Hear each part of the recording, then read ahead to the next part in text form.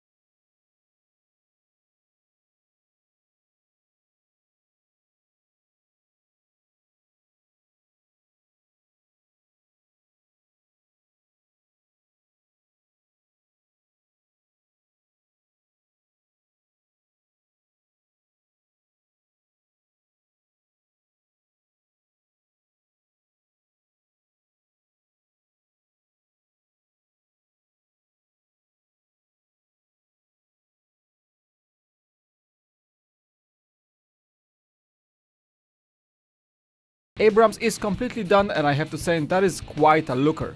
The build was quite difficult, mainly due to the fact that I was only using the LDD file, there was no instructions, so I had to follow the steps generated by the program, which was pretty not self-explanatory. But in the end, as I connected all the sections and found out I didn't mess up too much, I was very happy with the result. And as with any such models, I should probably compare this to the real thing and let us compare the pictures.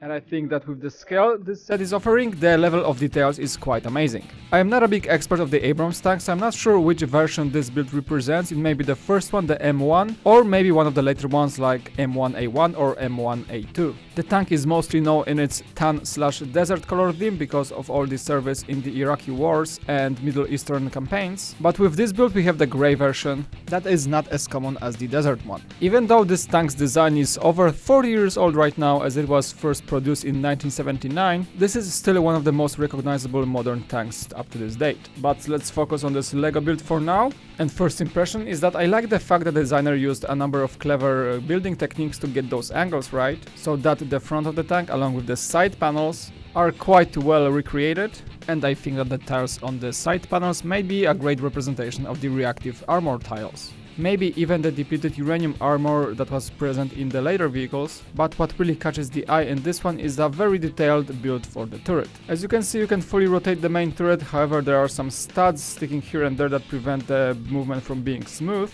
By all in all, I consider this build to be more of a display feature than a playable model. Nevertheless, you can position the turret in any way you want. The low profile of this main section is captured very nicely. I also love the amount of details we have in this one. As you can see, there is a top mounted gun, also another gun with probably remote control system. The two hatches at the top can easily hold one minifigure each. That would probably be the commander and the gunner. And speaking of the gunner, the build for the top machine gun is very detailed, yet so small. I also like those transparent armor panels covering the commander in the main hatch. And moving on to the main cannon, we can change the angle of this one, which is pretty neat. The only downside is that the main cannon is quite fragile, so it is quite easy to pop it off, but that is nothing that a single modification, for example a lightsaber bar, can't fix. The turret ends with a representation of a muzzle brake, and there is also a small build for the coaxial machine gun that is alongside the main cannon. As you can see, I put some Ghostbusters minifig in this one, they look pretty neat, and I didn't have any soldiers actually to go with the tank.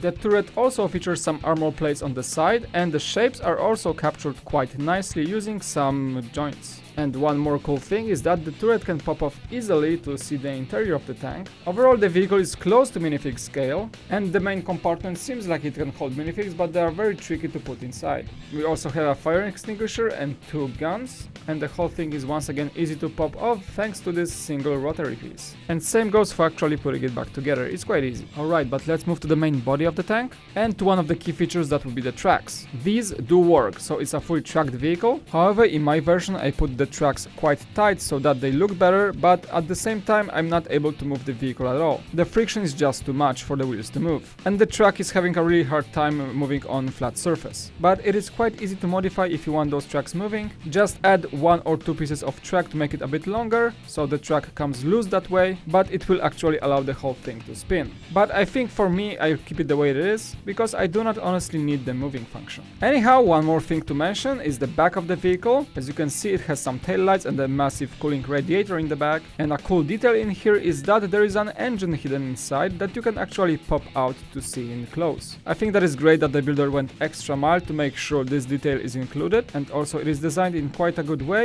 because it is super easy to pop off the tail section to get this engine out and in. A great little feature for all those detail lovers. But anyway, there is not much more to say about this tank. If you are of course a huge military fan, there is a plenty of information on the internet about the M1 Abrams, and personally for me I am so happy that we got this thing in the studio, because it makes for a great unique addition for our collection and of course the Lego City. But let's check out something else that goes well with this tank before we put it into our Lego City.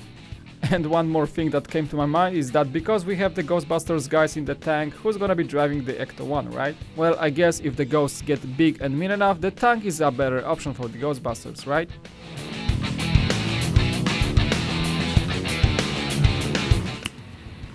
And as you can see guys, that is not the only military build in our studio right now. This is the Abrams and this is the AH-1Z Viper, a military attack chopper, quite well known for its service in the Marines.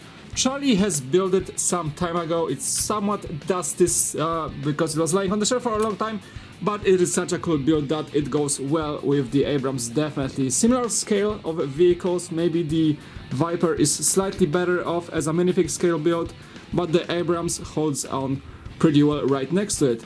Oh, and by the way, this small guy here is something Jack did yesterday evening. I guess he was bored a bit, but this is such a cool concept for a robot overlord maybe. Looks great, and I think we're gonna have those guys in the city maybe sometime in the future, and the tank will be a great addition to, well, fight our robot overlords. But anyway, let's take one look at the tank in our Lego City, shall we? Wink. Alright, so that is the Abrams in our Lego City. As you can see, the guys from the Ghostbusters team are having a great time cruising this thing around. I'm just really should probably modify these tracks a bit so they can move on this surface. They are so thick. Look great though, but I think we should be having less friction so the tracks can actually move when I push the tank. But anyway, what do you guys think the tank should be fighting in our city? Well, let's find out. So it's a peaceful day in our Lego City and nothing is really happening. Our guys right here are cruising around in their very friendly M1 Abrams. Alright, nothing's happening. But wait, what's that? And suddenly a wild Hulk appears. What could possibly go wrong?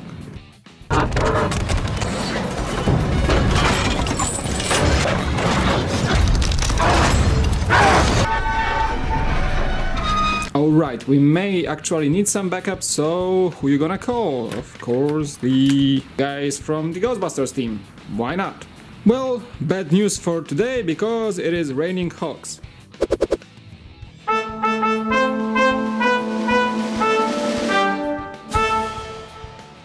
Our tank is just fine, because the Hulkbuster is beating all the Hulks, nothing to worry about here. Yep, Hulks are out, the tank is moving in, such a nice stroll in our Lego City.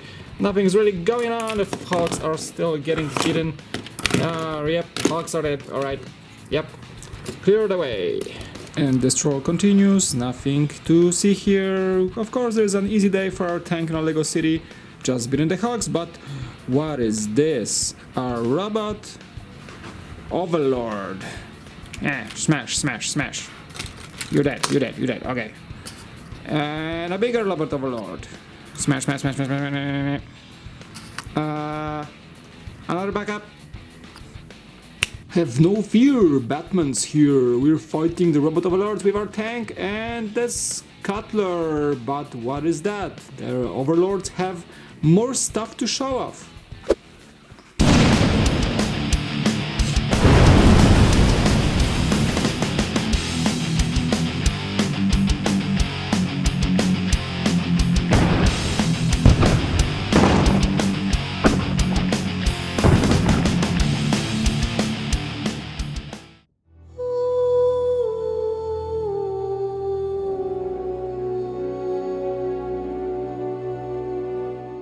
Whew, alright, that was a big fight, but our tank is okay, as you can see, still cruising the streets, and it's doing pretty well. The guys are still hanging out in our Lego city, nothing to worry about. But with that in mind, thank you so much guys for watching. That is it for today's episode about this awesome MOC of M1 Abrams. Remember, if you like our content, hit those like and subscribe buttons. We really love doing these videos for you guys. So without further ado, thank you so much again for watching. My name is Mike, and I'll see you again on BrickVault. And let's check out the tank once again. Nothing's go wrong, right?